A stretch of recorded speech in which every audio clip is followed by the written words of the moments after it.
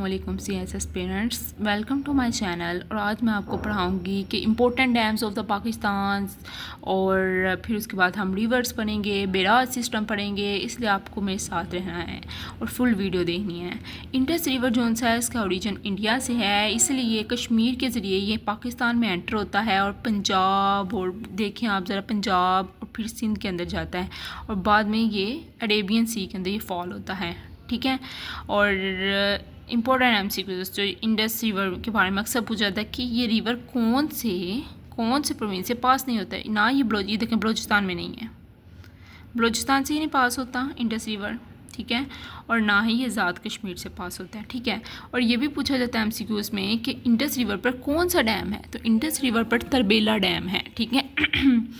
जो तरबेला डैम है जो पाकिस्तान का सबसे बड़ा डैम है, जिसकी कंस्ट्रक्शन सेकंड नंबर पर हुई थी, क्योंकि फर्स्ट नंबर पे तो मंगला डैम बना था, लेकिन Tarbela dam is the biggest dam in the Pakistan. और मंगला डैम किस पे है, अक्सर ये भी सवाल पूछे, वो जेहलम रिवर पे है। आपको किस तरह याद रखना है कि मंगला किस पे है और तरबेला किस पे है, इसकी एक ट्रिक मैं आपको बताती हूँ और बहुत अच्छी। ये जो जेहलम है एम, इसका आप देखें, जो जेहलम है इसके एम से आप देख लें कि एम से मंगला बनता है, तो जेहलम पे मंगला डैम है। जेहलम पे कौन सा डैम है, मंगला डैम है।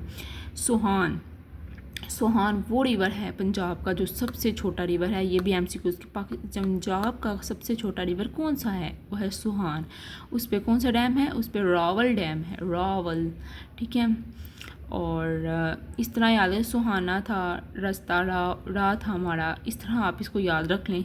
और फिर वाटसक डैम है, वाटसक डैम काबुल रिवर पे है। ठीक है। के से वाटसक, के से काबुल रिवर। ठीक है।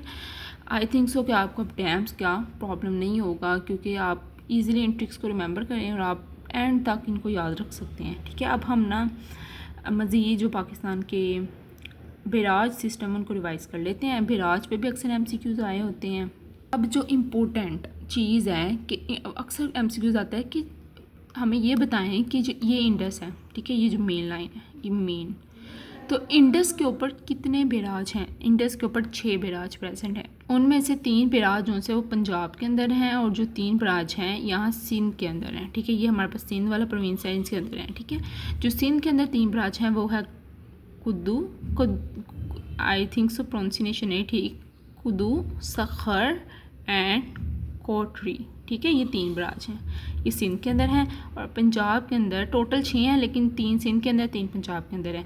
और जो पंजाब के अंदर है वो जिना, चश्मा, ठीक है, चश्मा, तुनसा। आपको इस तरह याद करना है, जना, चश्मा, तुनसा, इस तरह रिवाइज करें तो आपको रिमेंबर हो जाएगा, याद रहेगा।